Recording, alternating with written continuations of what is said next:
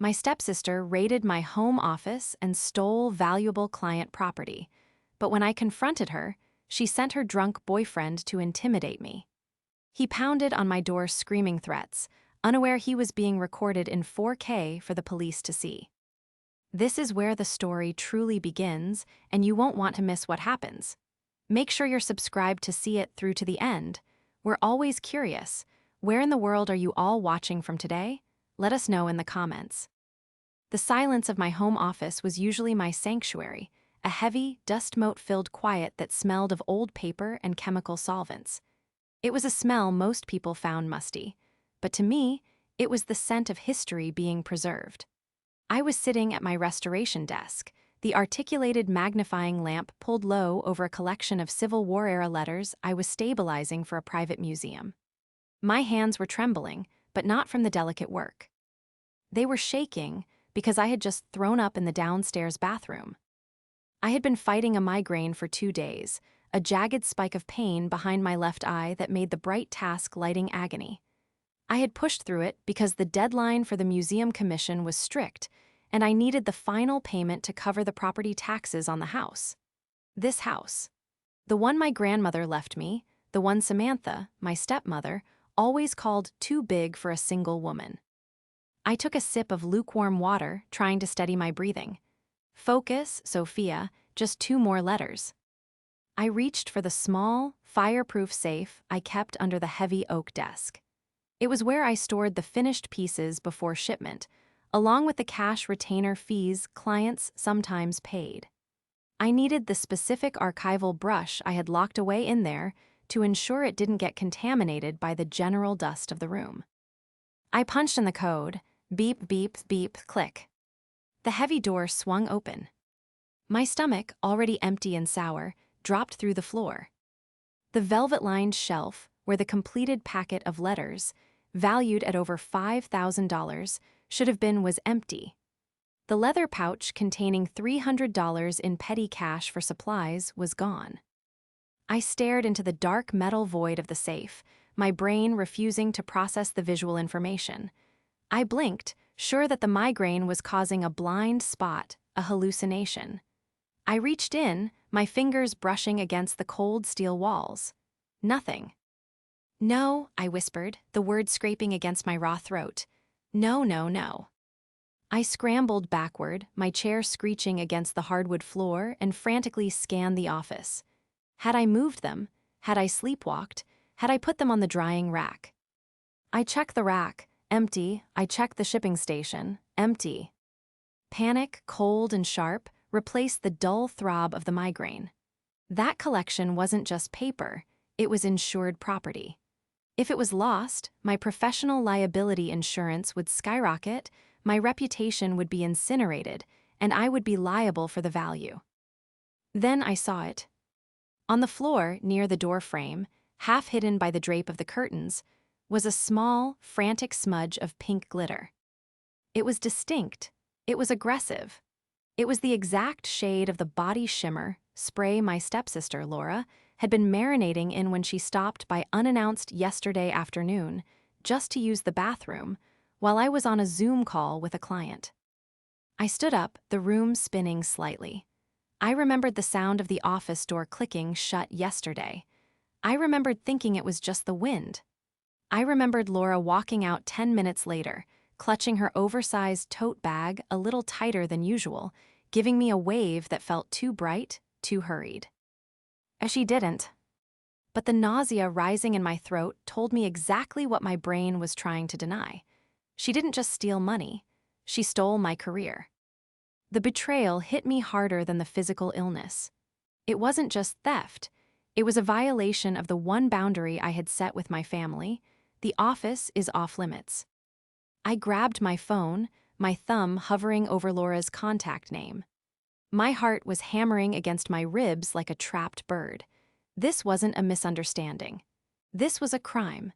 And as I looked at the empty safe, I realized that the sickness I felt wasn't just the migraine. It was the crushing realization that my family had finally gone too far. I didn't call the police immediately. That was my first mistake, born of a lifetime of conditioning. When you grow up in a house where keeping the peace is the highest virtue, you learn to absorb impacts rather than deflect them. You become a shock absorber for other people's dysfunction. Instead, I dialed Laura. The phone rang 4 times. 5. 6. I could picture her looking at the screen, rolling her eyes, maybe showing it to Jax, her on-again off-again boyfriend who was currently on and living on her couch. "What?" Laura's voice answered, breathless and annoyed. I could hear music thumping in the background, the bass distorting the call.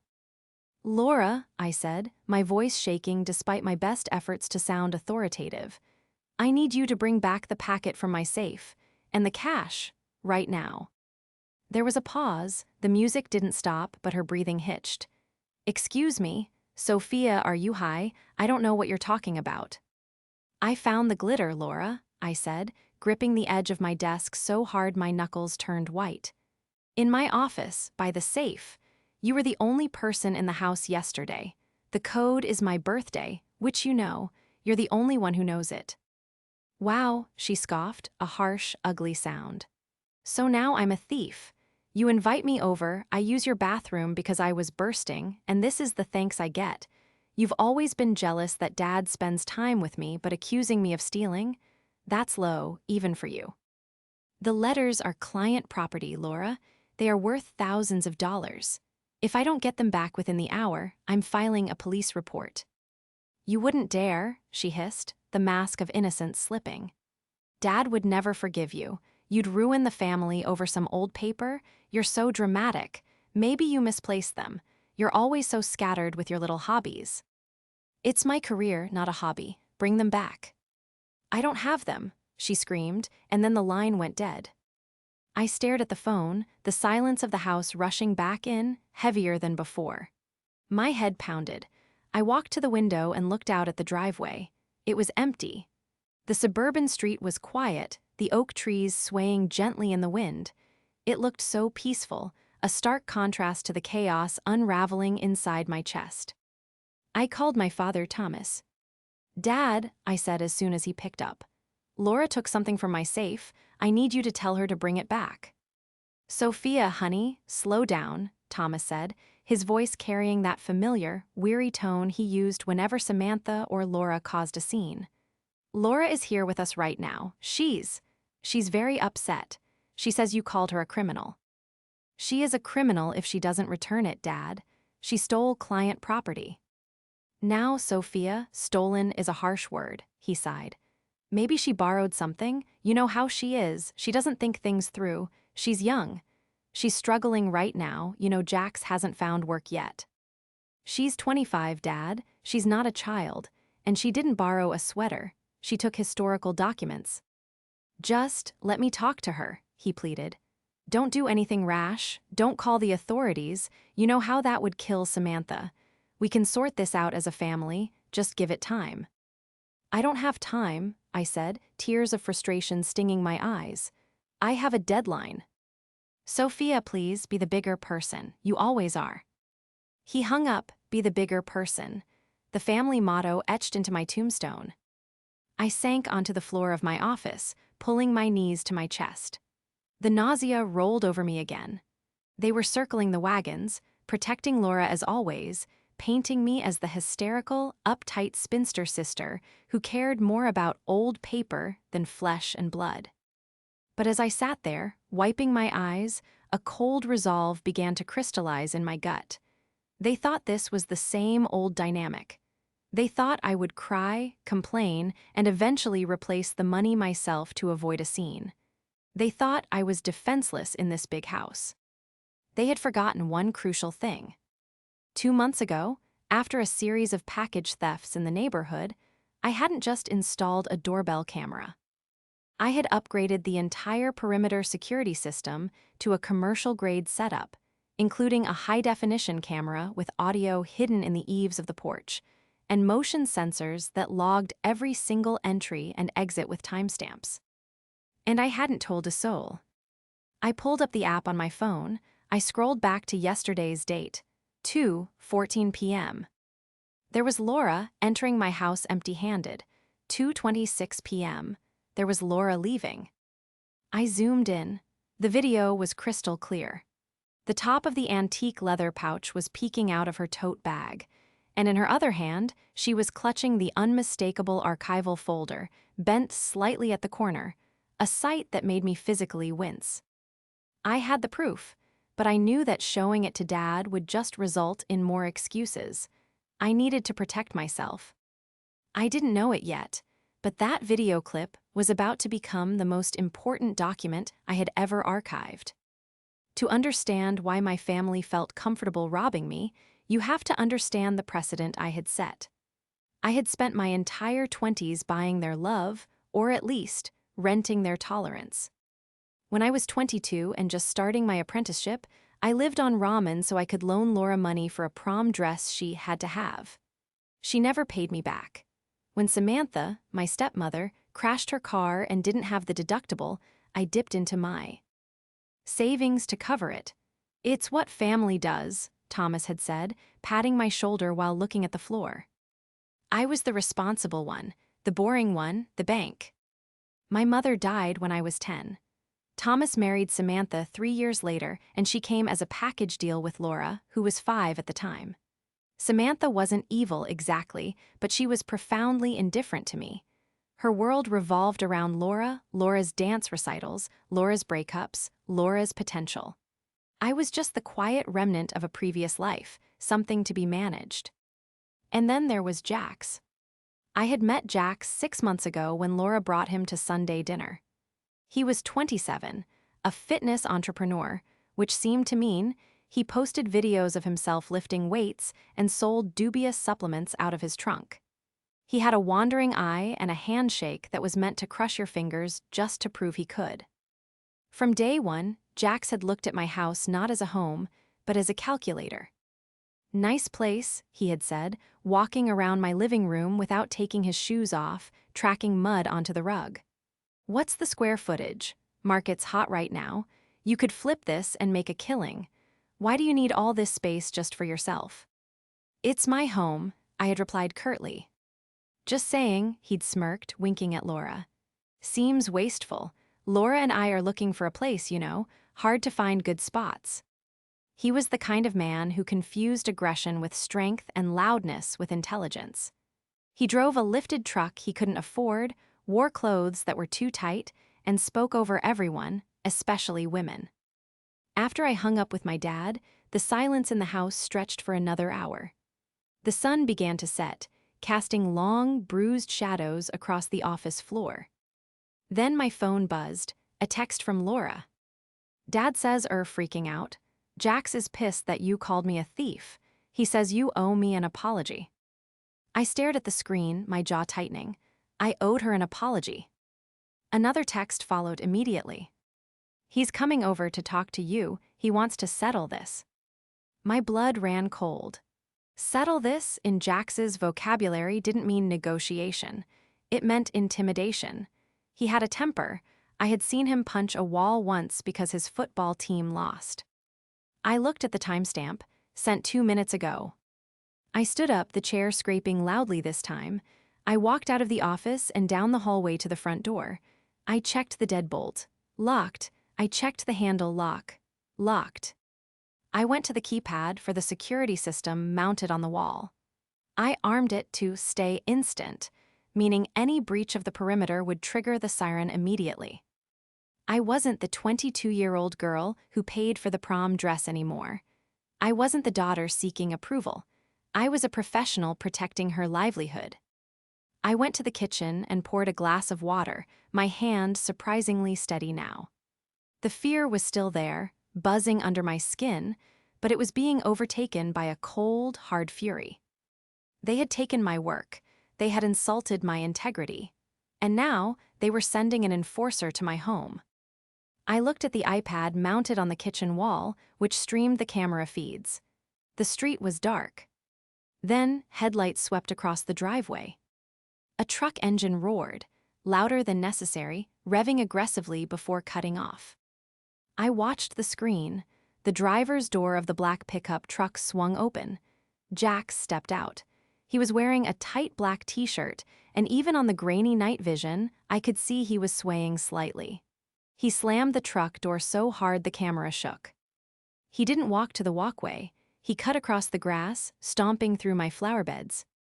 He wasn't here to talk. He was here to scare me into submission. He was here to make sure the bank stayed open and kept its mouth shut. I tapped the screen to unmute the audio on the outdoor camera. "Sophia," his voice boomed through the iPad speakers, slurred and thick with rage. "Open this damn door." I stood in the dark kitchen, the blue light of the screen illuminating my face. I didn't move toward the door. I didn't call out. I picked up my phone and dialed 911. 911, what is your emergency? "My name is Sophia," I said, my voice low and clear. "There is an intoxicated man trying to break into my home. He is aggressive and I fear for my safety." "Is he armed, ma'am?" "I don't know," I said, watching Jax on the screen as he raised a fist and hammered on my front door, the wood groaning under the impact. "But he's getting violent. Officers are on the way. Stay on the line." I watched the screen. Jax kicked the door. "Come out here, you crazy bitch," he screamed, his voice cracking. "You want to disrespect my girl? You want to lie about family?" He thought he was the predator. He thought I was the prey. He had no idea that he was performing for an audience of one, and that the reviews were going to be devastating. The operator's vow. Ice was a calm anchor in the chaotic storm that was currently hammering against my front door. "Officers are 2 minutes away," she said. "Has he gained entry?" "No," I whispered, watching the iPad screen. Jax had stopped kicking the door. Now he was pacing the porch, his chest heaving, muttering to himself. He looked disoriented, swinging his head back and forth like a trapped animal. He leaned over the railing and spat into my prize-winning hydrangeas. He's pacing. He seems winded. "Stay away from the door until officers secure the scene." Outside, the darkness was suddenly sliced apart by the silent, strobe light flash of blue and red. No sirens. They had cut them to approach unnoticed. I watched on the screen as 2 patrol cars rolled to a stop at the curb, blocking Jax's truck. Jax didn't notice them until the first spotlight hit him, blindingly bright, freezing him against the white siding of my house like a deer caught in high beams. "Police, show me your hands." The command was barked with such authority that I flinched in my kitchen. Jax, however, did the stupidest thing possible. He raised a hand to shield his eyes and took a step toward the officers, shouting something unintelligible about his rights and "that bitch inside." "Hands now, get on the ground." I watched, holding my breath as Jax hesitated. For a second, I thought he was going to charge them. His shoulders bunched, his posture aggressive. But the sight of 2 officers drawing their tasers seemed to penetrate the alcohol fog. He crumbled. Slowly, clumsily, he sank to his knees, then onto his stomach. I'm doing it. The camera picked up his whine, the bravado evaporating instantly. "She's crazy, man. You gotta listen to me." I stayed on the line with the dispatcher until there was a knock on my door. A firm, professional rap that sounded nothing like Jax's assault. "Ma'am, it's the police. The suspect is detained." I unlocked the deadbolt and opened the door. The cool night air hit my face, smelling of exhaust and the ozone scent of impending rain. Jax was handcuffed in the back of the cruiser, his face pressed against the window, looking distorted and pathetic. A female officer, Officer Miller according to her badge, stepped onto the porch. She looked at the scuff marks on the door, the trampled flower bed, and then at me. "Are you okay, ma'am?" "Physically, yes," I said, my voice trembling. "He's my stepsister's boyfriend." "He's pretty intoxicated," she noted, writing in her notebook. "He's claiming he lives here and you locked him out." "He definitely does not live here," I said firmly. "I have security footage of his arrival 10 minutes ago. I have footage of him kicking the door and threatening me, and—" I took a deep breath. "I want to file a report for attempted break-in and harassment, and theft." Officer Miller looked up. "Theft tonight?" "No, yesterday, my stepsister. That's why he's here. I confronted her about stealing valuable property from my home office, and she sent him to—" Intimidate me. Okay, Miller said, her demeanor shifting from domestic dispute to criminal investigation. We're going to need to see that footage and get a full statement. We'll take him in for drunk and disorderly and trespassing for tonight. That buys you some time, but if you want to press charges for the theft, we need details. I have them, I said. I have everything. For the next 2 hours, my house was a hub of bureaucratic activity. I downloaded the clips: Laura's theft, Jax's arrival, the threats. I wrote out a statement detailing the missing items. Civil War correspondence collection, estimated value $5,200. Petty cash, $300. When the police finally left, the silence that returned to the house was heavy, but it felt different. It wasn't the silence of a victim hiding in the dark anymore. It was the silence of a war room. I didn't sleep. The migraine had receded into a dull, rhythmic throb, replaced by the adrenaline of survival. I sat at my computer, the glow of the monitor the only light in the room. I needed to know exactly who I was dealing with. Jax, whose real name, I learned from the police report, was Jackson Miller, had always been vague about his business. I started digging. I pulled up the public court records for the county, nothing under Jackson Miller. I widened the search to the neighboring counties. Bingo! 2 years ago, Jackson Miller vs. State. Assault, dismissed. 3 years ago, small claims. A landlord suing for unpaid rent and damages totaling $4,000. Judgment for the plaintiff. He wasn't an entrepreneur. He was a drifter who left a trail of debt and broken drywall wherever he went. Then I turned my attention to the stolen items. Why steal letters? The cash, I understood, but the letters were niche. You couldn't just sell them at a pawn shop. You needed a collector, a dealer. Unless they didn't know what they had. I went to eBay, I see. Arched old letters, Civil War paper, antique documents. Nothing. I checked Craigslist, nothing. Then I checked Facebook Marketplace. I searched within a 50-mile radius. My heart stopped. There, posted 4 hours ago under a profile named Jimrat J, was a listing: old paper bundle. Found in attic. Looks cool. $200 OBO. The photo was blurry, taken on a bedspread I recognized as Laura's. It showed the packet of letters, the archival ribbon I had tied them with still intact. $200. He was selling $5,000 worth of history, my client's property, for $200 to buy protein powder or beer. I didn't report the listing, not yet. I took a screenshot, I printed it, I printed the timestamp, I printed his profile picture. I had the trap. Now I just had to wait for the rest of the rats to come looking for the cheese. The sun came up gray and listless, the light filtering through the blinds doing nothing to warm the house. I had showered and dressed in my client meeting, clothes, a sharp blazer, tailored trousers. I needed the armor. At 8:30 a.m., the inevitable happened. My driveway sensors chimed, motion detected. It was my father's sedan. I watched on the kitchen iPad as Thomas got out of the driver's side. He looked gray, defeated, but it was Samantha who drew my attention. She stormed out of the passenger side like a hurricane making landfall. She was wearing sunglasses, likely to hide crying eyes, but her mouth was set in a hard, grim line. I met them at the door. I didn't unlock the screen door. I spoke through the mesh. "Sophia," Samantha began before she even reached the steps.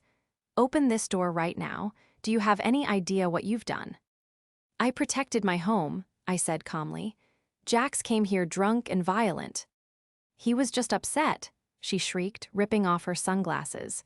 Her eyes were puffy and red. "He called us from the station. He's in a cell, Sophia, a cage, because of you. He has a record now. You've ruined his potential employment opportunities." "He ruined them himself when he tried to kick down my door," I said. "Dad, are you going to say anything?" Thomas looked at his shoes, then up at me, his eyes pleading. "Soph, honey, you didn't have to call the police. We could have handled it. You know how sensitive Laura is. Jax is. He's all she has right now." "He's a criminal, Dad, and so is she. Don't you dare call my daughter a criminal? Samantha lunged at the screen door, rattling the handle. She is a sweet, confused girl who is going through a hard time. She didn't steal anything. She told me she just borrowed $20 for gas. $20? I laughed, a dry, humorless sound. Come inside, both of you. Sit down, I have something to show you. I unlocked the door. Samantha brushed past me, radiating heat and expensive perfume. Thomas followed, murmuring a quiet thank you. I led them to the living room, where I had connected my laptop to the large television. Sit, I commanded. I don't want to watch your movies, Sophia, Samantha spat, crossing her arms. I want you to drop the charges. Now, call the station and tell them it was a misunderstanding. Tell them he lives here. Watch, I said, and I pressed play. The 65-inch screen filled with the high-definition footage of my office. Timestamp, yesterday to 14 p.m. Laura walked in. We all watched as she rifled through the drawers. We watched her find the safe. We watched her punch in the code without hesitation. She knows the code, Thomas whispered, looking sick. Because I trusted her, I said. On the screen, Laura shoved the cash into her bag. Then she picked up the letters. She flipped through them, tossed them in the bag, and then, the kicker, she picked up a silver letter opener, considered it, and dropped it in too. Samantha was silent. Her face was pale. I switched clips. Timestamp, last night 9:45 p.m. Jax's face filled the screen, distorted by rage. The audio boomed through the surround sound speakers. Come out here, you crazy bitch. I'm gonna smash your face in. We watched him kick the door. We watched him spit on the flowers. We watched the police take him down. When the video ended, the room was dead silent. There, I said, crossing my arms. That is your sweet girl and her passionate boyfriend. She stole over $5,000 worth of client property. He attempted a home invasion. I waited for the apology. I waited for the realization. Samantha looked up. Her eyes weren't filled with shame. They were filled with calculation. Well, she sniffed, smoothing her skirt. The letters are just old paper, Sophia. Who cares? And the money? You have so much of it. You just got that big check last month. Laura is drowning in student loans. She probably intended to pay you back. My jaw dropped. She stole from a safe, Samantha. She borrowed, Samantha corrected, her voice gaining strength. And as for Jax, you provoked high. You called Laura and accused her. Of course he was going to defend her honor. Men get angry, Sophia. If you had a boyfriend, you'd understand. The cruelty of the statement took my breath away. So, Samantha continued, standing up. Here is what is going to happen. You are going to go to the police station. You are going to say you found the items. You are going to say you invited Jax over and it got out of hand. You will drop everything. Because if you don't, she paused, her eyes narrowing. If you don't, you are destroying this family, and I will make sure everyone knows what a cold, heartless, vindictive sister you are. I looked at my father. Dad, are you hearing this? Thomas rubbed his temples. Sophia, can't we just fix the money part? I'll write you a check, I'll pay for the letters. Just let the police part go, please, for me. He was taking out his checkbook. He was actually taking out his checkbook to pay for his stepdaughter's theft so her abuser wouldn't face consequences. Something inside me, the last little thread of hope I had for my father, snapped. It was a clean break. No pain, just clarity. Put your checkbook away, Dad, I said quietly. Good, Samantha said, clapping her hands. I knew you'd see reason. I'm not dropping the charges, I said, and you need to leave my house. Now. The explosion that followed my refusal was predictable. Samantha screamed. She knocked a vase off my entry table, shattering it, another thing to add to the bill, before storming out. Thomas lingered for a moment, looking at me with wet eyes. You're choosing this, he said, his voice trembling. You're choosing to be alone. No, Dad, I replied, looking at the shattered porcelain on the floor. You chose them, a long time ago. I'm just finally accepting it. He left. I locked the door behind them and immediately called the police non-emergency line to add the broken vase to the file. I was done absorbing impacts. But the war was far from over. By noon, my phone was blowing up. Samantha had unleashed the flying monkeys. Calls from aunts I hadn't seen in years, text messages from cousins. Aunt Brenda, I heard you had Laura's boyfriend arrested over a misunderstanding. That seems very extreme, Sophia. Family should stick together. Cousin Mike, dude dropping a dime on family, not cool. She was spinning the narrative. I was the rich, uptight spinster. Laura was the struggling victim. Jax was the misunderstood protector. I ignored them all. I had bigger problems. The police had Jax on the assault and trespassing, but the theft charge against Laura was still pending investigation. They needed proof of intent to sell or proof of possession. Since the items weren't in her bag when she got home, according to her statement, she claimed she never took them. It was her word against my video. A good lawyer could argue she put the items back, or that the video didn't show what was inside the folder. I needed the letters. I pulled up the Facebook Marketplace listing again, Jimrat J. If I messaged him, he'd know it was me. He was in jail, so obviously he wasn't checking his messages. But Laura had his passwords. I knew she did. She checked his DMs constantly because she didn't trust him. If the listing was still up, Laura hadn't taken it down yet. Maybe she didn't know he had posted it, or maybe she was hoping to sell them quickly to get bail money. I needed a buyer, a fake buyer. I called my colleague Marcus. Marcus was a large, bearded man who looked more like a biker than an antique book restorer. Marcus, I need a favor, a big one. I explained the situation. Marcus listened, his breathing getting heavy on the other end. They stole the Vicksburg letters, the ones with the original wax seals. Yes. I'm in. What do you need?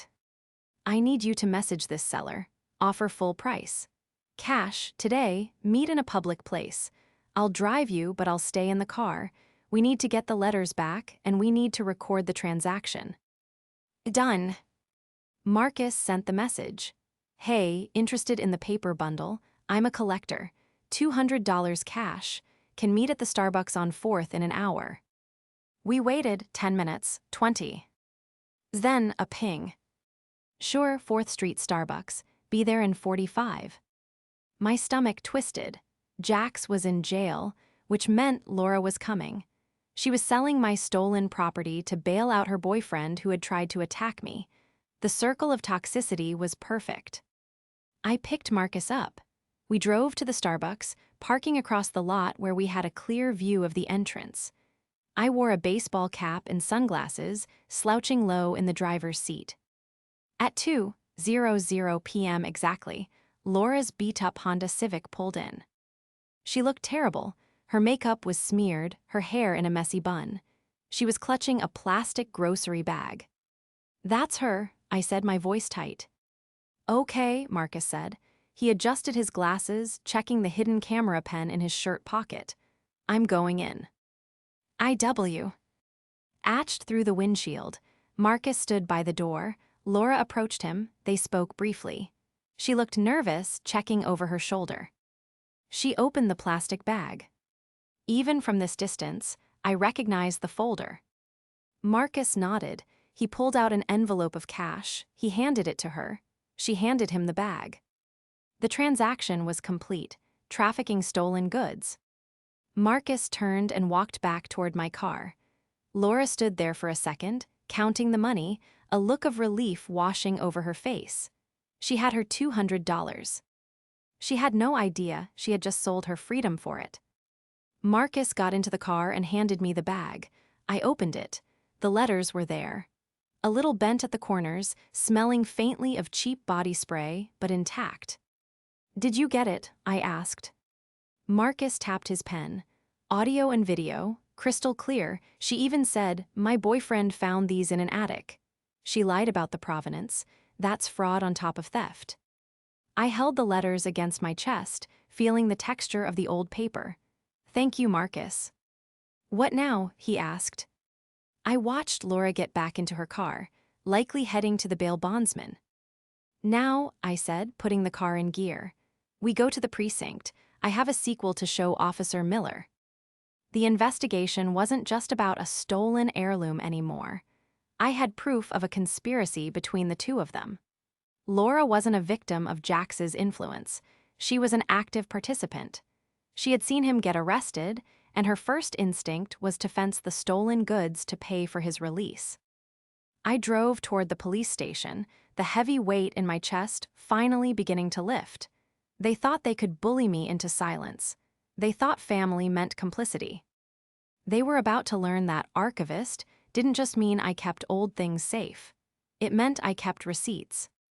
The summons arrived via text message at 4:00 p.m., just as I was finishing my statement with Officer Miller at the precinct. It was from Samantha, family dinner, 7:00 p.m. Sharp. Jax is out. We are going to settle this as a family, once and for all. If you don't show up, don't bother calling yourself a Miller ever again. I showed the text to Officer Miller. She raised an eyebrow, leaning back in her chair. The fluorescent lights of the station hummed overhead, a stark contrast to the warm, manipulative domesticity Samantha was trying to orchestrate. You know you don't have to go, Miller said. We have enough for a warrant on your stepsister based on this video alone. Trafficking stolen goods, filing a false report. We can pick her up at her residence. No, I said, looking at the phone screen. A cold calm had settled over me, a feeling like the surface of a frozen lake. If you arrest her at her apartment, she'll spin it. She'll tell my dad she was framed. She'll tell the family I planted the evidence. I need them to see it. I need them to watch her do it. Officer Miller hesitated, then nodded slowly. We can't advise you to put yourself in a volatile situation. However, if you tell us where she's going to be, we can execute the warrant there. 7:00 p.m., I said. My father's house, 42 Oak Creek Drive. I drove home to change. I didn't dress for a fight, I dressed for a funeral. I wore a simple black dress, minimal makeup. I backed up the video file to a USB drive, and just to be safe, I uploaded it to a private cloud link accessible from my phone. I pulled into my father's driveway at 7:05 p.m. The house was blazing with light. It looked like a beacon of suburban normalcy, the kind of place where people discussed grades and vacations, not felonies and restraining orders. Jax's truck was there, parked crookedly on the lawn again. I walked to the door. I didn't knock. I used my key, the key Samantha had been pestering me to return for years. The smell hit me first, roast chicken and heavy, floral perfume. They were sitting in the dining room. The table was set with the good china, the wedding china. It was a grotesque pantomime of a happy family dinner. Samantha was at the head of the table. Thomas was opposite her, looking at his plate. Laura and Jax were side by side. Jax had a beer in his hand, looking smug. Laura looked pale, her eyes darting around the room like a trapped animal. You're late, Samantha said, not looking up from her salad. Sit down, we've already started. I remained standing in the archway. I'm not hungry. Sit down, Sophia, Jax boomed, slamming his beer onto the table. Show some respect. You put me in a cage last night. The least you can do is sit down and listen to the terms. The terms? I asked, walking slowly into the room. I pulled out the chair opposite Laura and sat. I didn't reach for a napkin. Yes, the terms, Samantha said, wiping her mouth delicately. We've been talking. Jax has been through a traumatic event. A false arrest is a stain on his reputation. And Laura is traumatized by your accusations. We've decided TH. To keep this out of court, which would be embarrassing for you as well, you are going to pay Jax's legal fees and his bail. And you're going to sign a statement saying the theft was a misunderstanding. Thomas made a small noise in his throat, a whimper of protest that died before it reached his lips. I looked at him.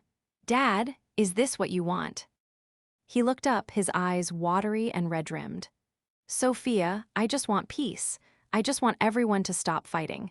If paying the money fixes it, you have the money, don't you? The finality of his cowardice hit me like a physical blow. He wasn't malicious, he was just weak. And his weakness was more dangerous than Samantha's malice because it gave her permission to operate. "I'm not paying anything," I said softly. "Then we sue," Jax sneered, leaning forward. "Defamation, emotional distress. My cousin is a paralegal. He says we have a case. You locked me out and entrapped me." "And the letters?" I asked, looking directly at Laura. "What about the client property?" Laura flinched.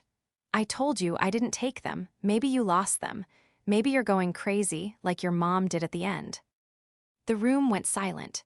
The reference to my mother, who died of a brain aneurysm, not mental illness, was a low blow even for her. I stood up. "Actually, I have a presentation for you, since we're discussing evidence." "Sit down," Samantha shrieked. "We are not watching your little videos." "It's not my video," I said, walking over to the large smart TV mounted on the living room wall, visible from the dining table. "It's Laura S." I pulled out my phone and cast the screen to the TV. The image of the Starbucks parking lot filled the 70-inch screen. The audio was crisp, amplified by my father's expensive soundbar. "Marcus, here's the 200. Laura, thanks, you're a lifesaver. My boyfriend found these in an attic we just need the cash for. You know, bills." The silence in the dining room was absolute. It was a vacuum, sucking the air out of the room. On screen, Laura counted the money. She smiled. She looked relieved. I paused the video on her smiling face, freezing the image of her betrayal in 4K resolution. I turned back to the table. Laura was shaking. Her fork clattered onto her plate. Jax looked confused, his brow furrowed. "Wait, you sold them? You told me you didn't take them." "She sold them to bail you out, Jax," I said, my voice cutting through the room. "She stole $5,000 from me, sold it for $200, and used the money to get you out of jail so you could come here and threaten me." Samantha stood up, her face a mask of fury. But this time, it wasn't directed at me. She looked at Laura. You told me you didn't do it. I defended you to the family. I told everyone Sophia was lying." Laura stammered, tears spilling over.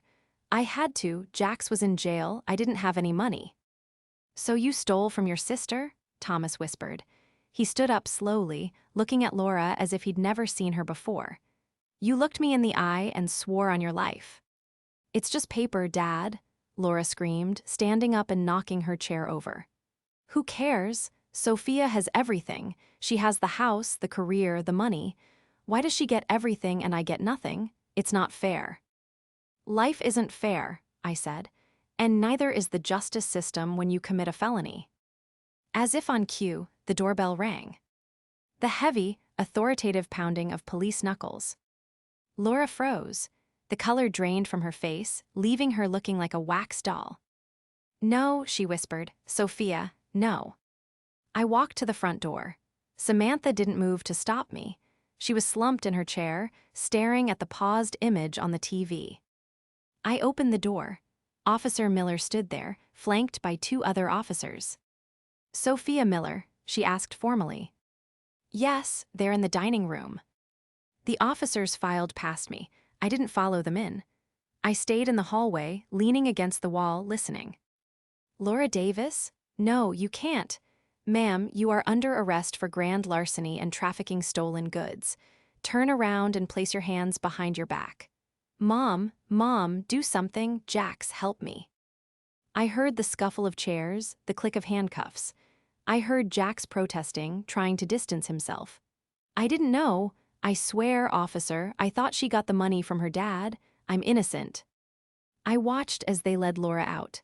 She was sobbing, a raw, ugly sound that echoed off the high ceilings. She looked at me as she passed, her eyes filled with hate and terror. "You ruined my life," she screamed. "You did that yourself," I replied calmly. Jax followed, not in cuffs, but being escorted out by another officer. "And you, sir," the officer was saying, "we need to have a chat about your bail conditions. Consorting with a known felon might be a problem." Samantha and Thomas were left alone in the dining room. The food was getting cold. The happy family Acid was shattered, lying in pieces on the floor along with the overturned chair. I walked to the doorway one last time. "I'll send you the bill for the lock change on my house," I said.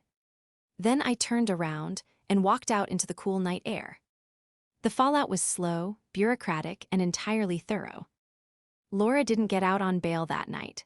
With the video evidence of her selling stolen goods while her boyfriend was already in custody, the judge considered her a flight risk and a repeat offender risk. Samantha tried to put up the house as collateral, but Thomas, in a moment of spine that surprised us all, refused to sign the paperwork. Jax turned on Laura immediately. In exchange for leniency on his trespassing charge, he gave a statement detailing how Laura had planned to steal from me for weeks, complaining about my hoarding of wealth. He threw her under the bus so hard I was surprised she didn't have tire marks on her back. I didn't have to attend the trial. Laura took a plea deal: 18 months probation, mandatory community service, and restitution of the full value of the items, value she would have to pay back to me in installments for the next 5 years. It wasn't prison, but it was a criminal record. Her dreams of being an influencer were severely hampered by a larceny conviction. The silence in my house in the weeks that followed was different. It wasn't the silence of hiding, it was the silence of peace. I installed a new smart lock on the front door, one that required a fingerprint. I bought a better safe. And I finished the restoration of the Civil War letters.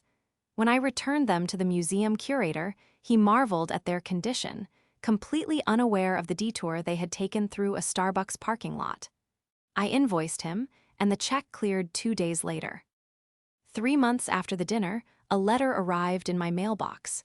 It was handwritten, in a script I recognized instantly. "Sophia, I know you probably won't answer my calls. I don't blame you. I'm staying at an apartment near the office now. Samantha and I are separated. We're attending counseling, but I don't know if we can come back from this." I realized something that night. I realized that I've been buying peace at your expense for 20 years. I let you carry the weight of this family because you were strong enough to bear it, and I punished you for that strength. I am so sorry. I miss you. I'm proud of you. Love, Dad. I sat on my porch, reading the letter. The sun was setting, casting golden light over the hydrangeas, which were finally blooming again after Jax had trampled them. I didn't call him immediately. I wasn't ready to let him back in completely. Forgiveness is a process, just like restoration. You have to clean away the grime, stabilize the damage, and sometimes you have to accept that the tear will always be visible, even if it's mended. But I did save the letter. I put it in my safe, right next to the backup hard drive containing the security footage. I had my career. I had my self-respect. And for the first time in my life, I had boundaries that were reinforced with steel and 4K video. The next morning, I changed my Netflix password. It was a petty move. I knew Samantha was still using my account. But as I saw the notification pop up on my phone, device, Samantha's iPad, failed to log in, I smiled. It was a small victory, but it felt like freedom.